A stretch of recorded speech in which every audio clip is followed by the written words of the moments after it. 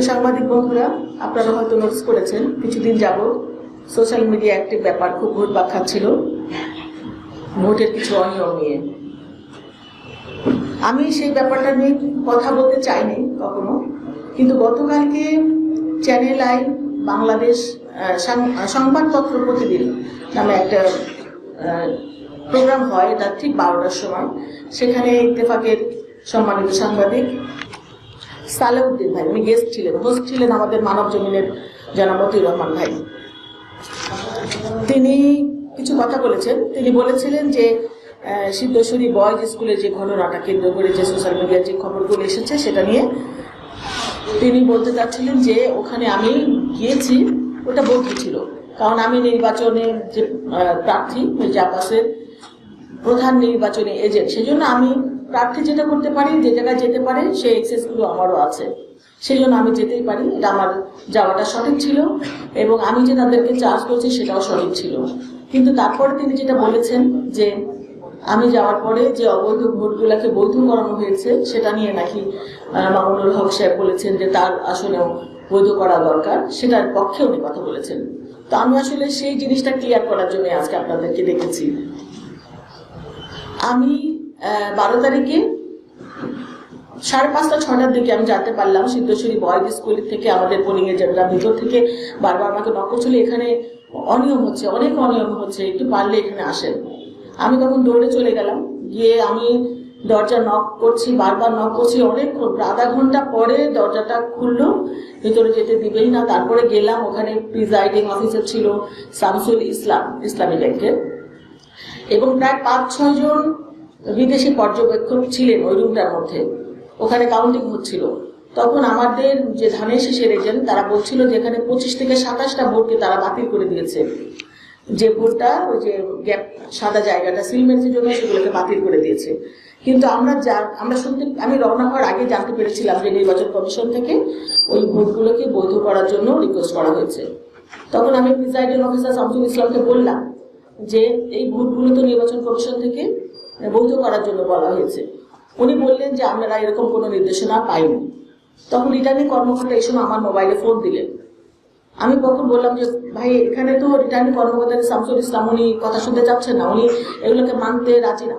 তখন উনি বললেন ওনাকে ফোনটা দেন। আমি ফোনটা সাইফুল ইসলাম, আমি স্পিকারে রেখেছিলাম ফোনটা। আমার স্পিকারে বিদেশি পর্যবেক্ষকরা শুনছিলেন, বিভিন্ন প্রার্থীর এজেন্টরাও শুনতে পাচ্ছিলেন, ধানের শীষের এজেন্টরাও শুনতে পাচ্ছিলেন, এবং ওই কক্ষের ভিতরে যারা ছিলেন সবাই স্পষ্ট শুনতে পাচ্ছিলেন যে স্পিকারের রিটার্নিং কর্মকর্তা বলছিলেন যে নির্বাচন কমিশন থেকে নির্দেশনা এসেছে এই ধরনের ভুলগুলোকে বৈধ করে দিতে।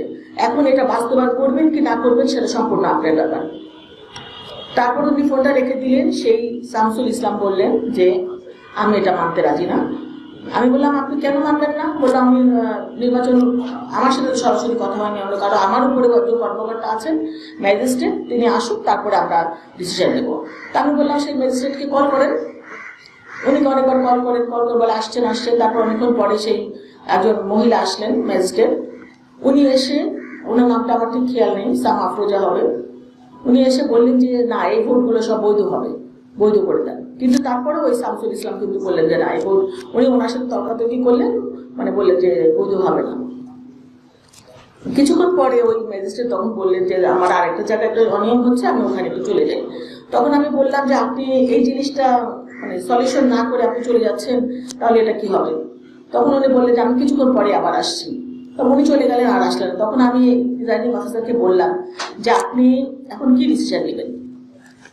উনি বললেন যে না, আমি একদম সিএসি বা সচিবের সাথে কথা না বলে আমি কোনো কাজ করবো না, মানে উনি কারো কথা শুনতে রাজি না।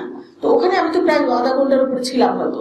তখন আমাদের ছেলেপেলেরা যারা পোলিং এজেন্ট ছিল তারা বলছিল যে এখানে অনেক ভোটের ব্যবধানে আমরা এগিয়ে আছি, আর এই ভোটগুলো দিবেছি মানে আমার সাথে তর্কাতর্কি হচ্ছিল। যে আমি বলছিলাম যে আপনি যেটা লিগাল সেটা করেন, যেটা আপনাদের নির্দেশনা সেটা আপনারা মানেন। উনি মানবে না। যখন মানবে না, আমি চলে এসেছি। ওখানে কিন্তু একটা ভোটও ওরা বৈধ করে নাই, 25 থেকে 27টা ভোট। এবং আমার কাছে তারপরে 7:30-8টার দিকে ফোন আসছিল আমাদের পোলিং এজেন্টদের যে আমাদেরকে এখন জোর করে বের করে দিচ্ছে, লাইট অফ করে দিয়েছে, সিগনেচার নিয়ে নিয়েছে, আমাদের এখন আর কিছু করার নাই। এই সাইফুল ইসলাম সবাইকে তারপরে বের করে দিয়েছে, লাইট অফ করে দিয়েছে, এবং একটা ভোটও ওখানে বৈধ হয় নাই।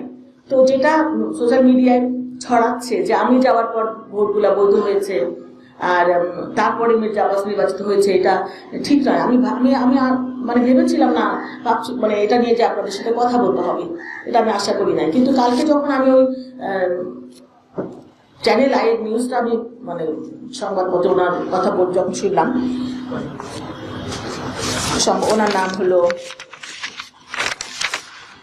ইত্তেফাকের সাংবাদিক সালেউদ্দিন ভাই, উনি বলছিলেন যে আমি গিয়েছি এবং আমি যাওয়ার পরে ভোটগুলো বৈধ হয়েছে, তাহলে অন্য জায়গায় ভোট কেন বৈধ হবে না, এবং আমি গিয়েছি, এটা রাইট আছে, এটা উনি বলছিলেন যে উনি গিয়েছে, ওটাও ঠিক আছে এবং ভোটগুলো বৈধ হওয়া দরকার, এটাও ঠিক আছে। তো কথা হচ্ছে যে এখানে যদি বৈধ হয় তাহলে ওখানে হবে না কেন? তো ভাই আমি যেটা বলতে চাচ্ছি, কোনো ভোটই ওখানে বৈধ করে নাই। আর এইরকম প্রত্যেকটা কেন্দ্রে আমি তারপর বের হওয়ার পরে শুনছিলাম ideal school, Kamalapur girls school, অনেক স্কুল, আমাদের প্রত্যেকটা কেন্দ্রে 70টা 75টা 40টা 50টা করে ভোট এরকম করে বাতিল করে দিয়েছে। এই ভোটগুলোকে যদি বৈধ করা হতো তাহলে কিন্তু অনেক কয়েক হাজার ভোট আরো বেড়ে যেত মির্জা আব্বাসের